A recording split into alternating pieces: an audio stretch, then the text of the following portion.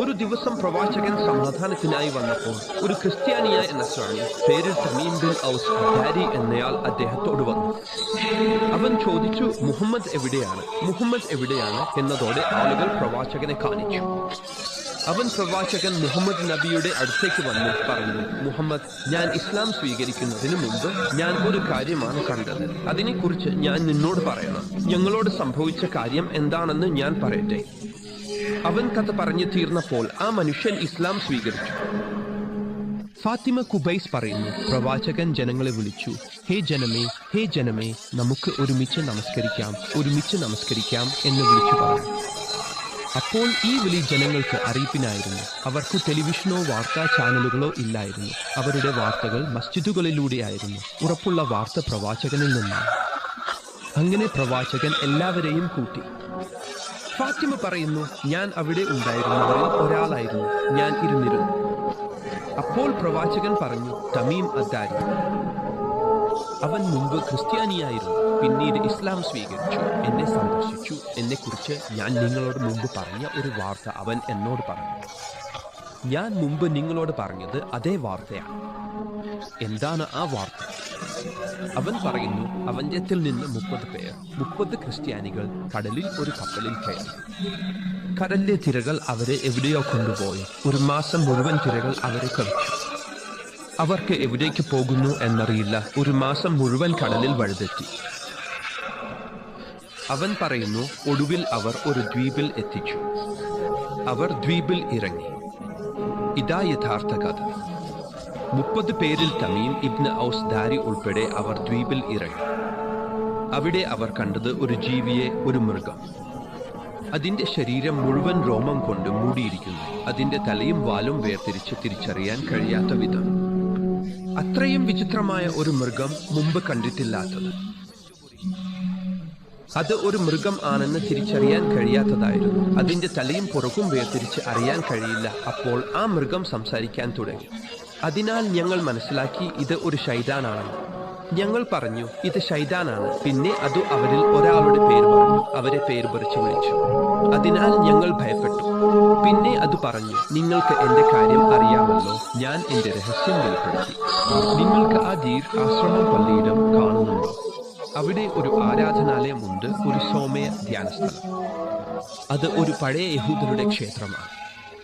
അവൾ ചോദിച്ചു, നിങ്ങൾക്ക് ആ ദീർ കാണുന്നുണ്ടോ? ഞങ്ങൾ പറഞ്ഞു, അതെ കാണുന്നു. അവൾ പറഞ്ഞു, അവിടെ പോകൂ, കാരണം അവിടെ ഒരു പുരുഷൻ ഉണ്ട്. അവൻ നിങ്ങളുടെ വാർത്തകൾ അറിയാൻ അത്യന്തം ആകാംക്ഷയോടെ കാത്തിരിക്കുന്നു. നിങ്ങളിൽ ആരെങ്കിലും അവനോട് ചോദിച്ചാൽ മതിയാകും. അങ്ങനെ ഞങ്ങൾ പോയി. അവിടെ ഞങ്ങൾ ഇതുവരെ കണ്ടതിൽ ഏറ്റവും വലിയ ആകൃതിയിലുള്ള ഒരു പുരുഷനെ കണ്ടു. ഒരു മഹത്തായ പുരുഷൻ. അവൻ കയറ്റവും ഇരുമ്പും കൊണ്ട് കെട്ടിയിട്ടിരിക്കുന്നു. അവന്റെ തല മുതൽ കാലുവരെ മുഴുവൻ ഇരുമ്പ് കൊണ്ടാണ് കെട്ടിയിട്ടിരുന്നത്. ഞങ്ങൾ അവന്റെ അടുത്ത് ചെന്നപ്പോൾ ഭയന്ന് ഞങ്ങൾ അകന്നു നിന്നു. അവൻ പറഞ്ഞു, നിങ്ങൾക്ക് എന്റെ വാർത്ത ലഭിച്ചു. നിങ്ങൾ എവിടെ നിന്നാണ് വന്നത്? അവർ പറഞ്ഞു, അറബികളിൽ നിന്നാണ്. പിന്നെ അവൻ അവരോട് ചില ചോദ്യങ്ങൾ ചോദിച്ചു. അവൻ പറഞ്ഞു, ബൈസാൻ എന്ന സ്ഥലത്തെ പനമരങ്ങളെക്കുറിച്ച് എനിക്ക് പറയൂ. ബൈസാൻ എന്നത് ഹൗറാനും ഫലസ്തീനും തമ്മിലുള്ള ഒരു പ്രദേശമാണ്. അവിടെ പനമരങ്ങൾ ഉണ്ടായിരുന്നു. അവൻ പറഞ്ഞു, ബൈസാനിലെ പനമരങ്ങളെക്കുറിച്ച് എനിക്ക് പറയൂ. അവർ ചോദിച്ചു, നിന്റെ ചോദ്യം എന്തിനെക്കുറിച്ചാണ്? എന്തിനാണ് നീ ചോദിക്കുന്നത്? അവൻ ചോദിച്ചു, അവിടുത്തെ പനമരങ്ങൾ ഇപ്പോഴും കായ്ക്കുന്നുണ്ടോ? അവയ്ക്ക് കായുണ്ടോ? അവർ പറഞ്ഞു, അതെ, അവയ്ക്ക് കായുണ്ട്. അവൻ പറഞ്ഞു, അവയ്ക്ക് ഇനി കായ്ക്കാത്ത ദിവസം എത്താൻ പോകുന്നു. ഒരിക്കൽ കായ്ക്കില്ലാത്ത ദിവസം വരും. നൂറുകണക്കിന് വർഷങ്ങൾക്ക് മുമ്പ് തന്നെ പനമരങ്ങൾ കായ്ക്കുന്നത് നിർത്തിയെന്ന് പണ്ഡിതന്മാർ പറയുന്നു. ഇന്നല്ല, നൂറുകണക്കിന് വർഷങ്ങൾക്ക് മുമ്പ് എന്നാണ് ചില ചരിത്രകാരന്മാർ പറയുന്നത്.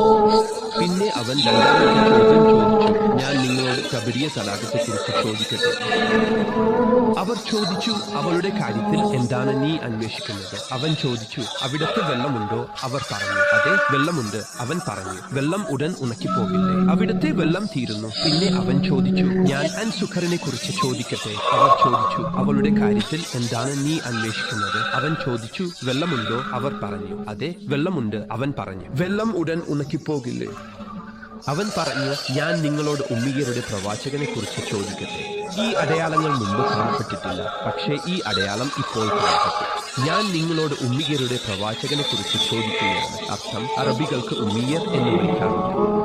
അവരുടെ വാക്ക് നമുക്ക് ഉമ്മിയരിൽ അറബികൾ എതിരെ ബാധ്യതയില്ല എന്നതാണ്. അവൻ ചോദിച്ചു, ഉമ്മിയരുടെ പ്രവാചകൻ പുറത്തു വന്നോ? അവർ പറഞ്ഞു, അതെ, മക്കയിൽ നിന്ന് പുറത്തു വന്നു, യസ്രിബിൽ എത്തി. അവിടെ യസ്രിബ് എന്നത് മദീനയാണ് ഉദ്ദേശിക്കുന്നത്. അവൻ ചോദിച്ചു, അറബികൾ അവനോട് യുദ്ധം ചെയ്തു? അവർ പറഞ്ഞു, അതെ. അവൻ ചോദിച്ചു, അവൻ അവരോട് എന്തു ചെയ്തു? അവർ പറഞ്ഞു, അവൻ തന്റെ ചുറ്റുമുള്ള അറബികളിൽ വിജയിച്ചു. അവർ അവനെ അനുസരിച്ചു. അവൻ അവരിൽ വിജയിച്ചു. അപ്പോൾ അവൻ അവരോട് പറഞ്ഞു, ദജ്ജാൽ ആളുകളിൽ സംശയം വിതറിയില്ലേ? എന്നാൽ ജനങ്ങൾക്ക് ഏറ്റവും നല്ലത് അവനെ പിന്തുടരുന്നതാണ്. ആരെയാണ് പിന്തുടരേണ്ടത്? മുഹമ്മദ് നബിയെ സല്ലല്ലാഹു അലൈഹി വസല്ലം. അവൻ ഈ വാക്കുകൾ പറഞ്ഞു. അവൻ ശത്രുവായിരിക്കെ പറഞ്ഞു. അവൻ ദുഷ്ടനായി പറഞ്ഞു.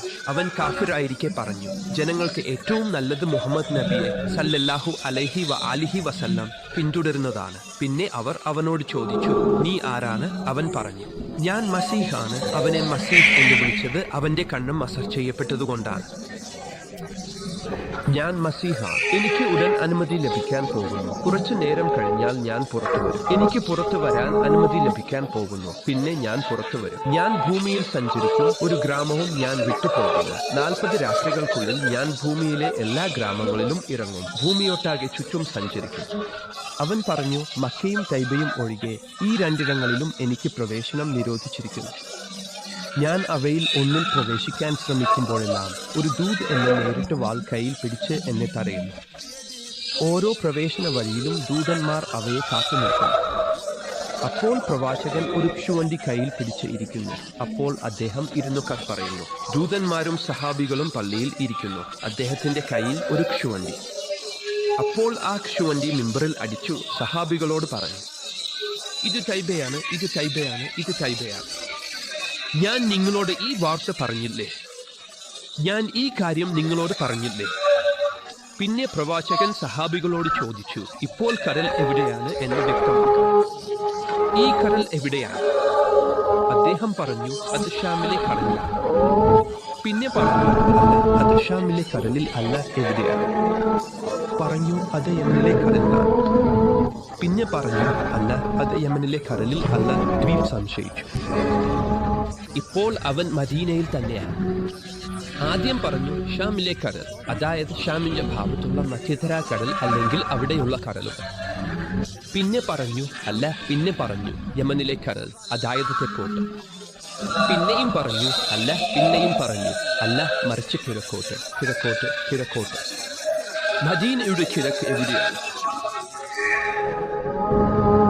മദീനയുടെ കിഴക്കോട്ട് ഏത് കടലാണ്? അവൻ ആ സ്ഥലത്താണ് പുറത്തു വരുന്നത്. ഇപ്പോൾ നാം കൃത്യമായി അവൻ എവിടെയാണ് പുറത്തു വരുന്നത്, ഏത് സ്ഥലത്താണ്, എവിടേക്ക് പോകും, എപ്പോൾ പുറത്തു വരും എന്നതെല്ലാം പറയാൻ പോകുന്നു.